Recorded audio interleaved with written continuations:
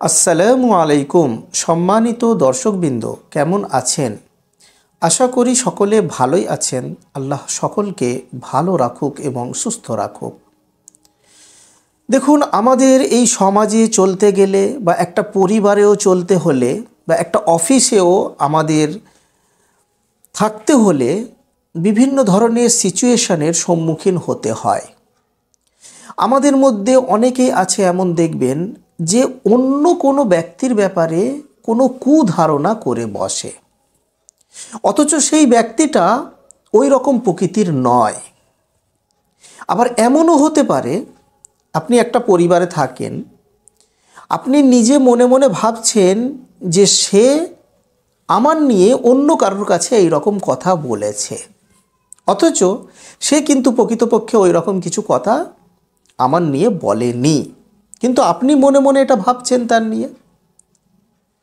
তো এর প্রতিফলটা কি হবে? এর প্রতিফলটা হবে আপনার মনে তার প্রতি একটা রাগ জন্মাবে, আপনার মনে তার প্রতি একটা হিংসা হবে। তো আপনি তখন কোনো দিন তার সঙ্গে ঝগড়া করতে পারেন বা কোনো দিন তার সঙ্গে বিভিন্ন ধরনের তর্ক বিতর্ক হতে পারে। তো এই যে মানুষ একটা অন্য মানুষের নিয়ে কুধারণা করে বসে, অথচ সে কিন্তু ওই রকম নয়। যেমন দেখবেন, একটা মানুষ সে নামাজ পড়েই বার হচ্ছে বা সে নামাজ পড়ে, আপনি তাকে দেখে ভাবছেন না, এ নামাজি লোক নয়, এ হয়তো বেনামাজি লোক।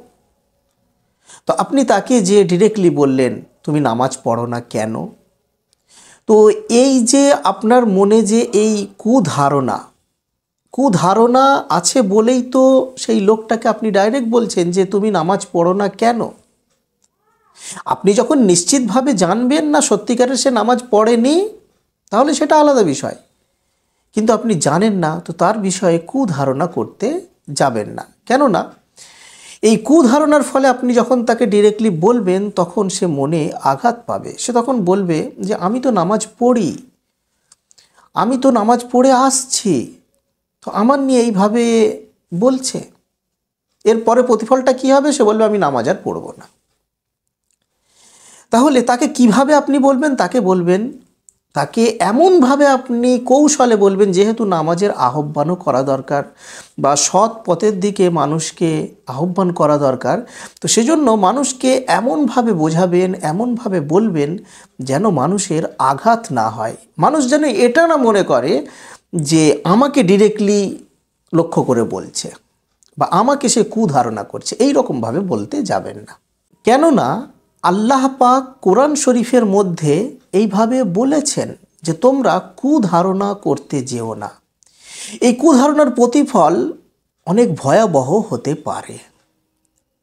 এবং আল্লাহর রসুল সাল্লাল্লাহু আলাইহি ওয়াসাল্লাম হাদিসের মধ্যে কুধারণা করতে মানা করেছেন।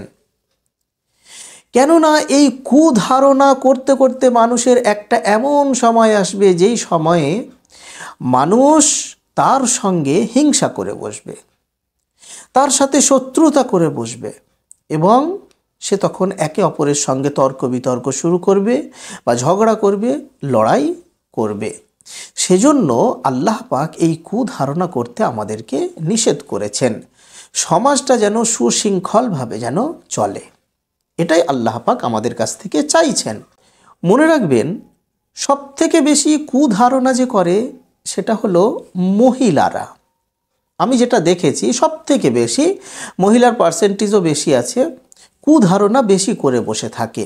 একটা মহিলা অন্য কোনো মেয়ের ব্যাপারে দেখবেন কুধারণা করে বসে থাকে, আরে সে ওই রকম, সে সেই রকম।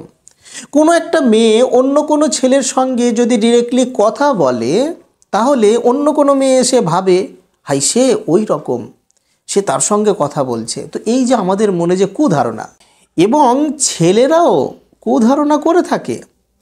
দেখবেন রাস্তাঘাটে সমাজে কোনো ছেলে যদি অন্য কোনো মেয়ের সঙ্গে কথা বলে, কোনো রাস্তাতে কোনো প্রয়োজনীয় যদি কোনো কথা হয় বা ফোনেতেই যদি কোনো প্রয়োজনীয় কথা হয়, কথা বলছে, তাহলে অন্য কোনো ছেলে বা অন্য কোনো মেয়ে তাকে কুধারণা করে বসে থাকে, আরে সে অমল।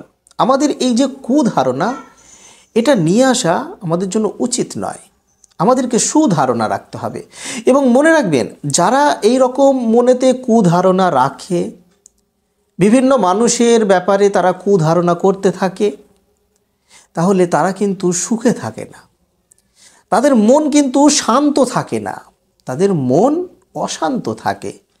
তাদের মনে সব সময় মনে হয় কি হবে না হবে, এই রকম মন যে অশান্ত থাকলে যেমন হয় সেই রকম তাদের মন থাকবে এবং সর্বদা সে একটা চিন্তার মধ্যে থাকে। অতএব আমার দিনী ভাই বোনেরা, আমরা সকলেই এই যে কুধারণা, এটা থেকে আমরা যেন বেঁচে থাকি। এটা থেকে আমরা যদি বেঁচে থাকি তাহলে আমাদেরই ভালো হবে। আমাদের যে পরিবার সেটা সুশৃঙ্খল হবে, আমাদের সমাজ সুশৃঙ্খল হবে, আমরা যে গ্রামে বসবাস করছি সেটা সুশৃঙ্খল হবে, যে অফিসে আমরা কাজ করছি সেটাও ভালোভাবে চলবে, সেখানে কোনো তর্ক বিতর্ক বা ঝগড়া সৃষ্টি হবে না। তো সেই জন্য আমরা সকলেই এটা চেষ্টা করব।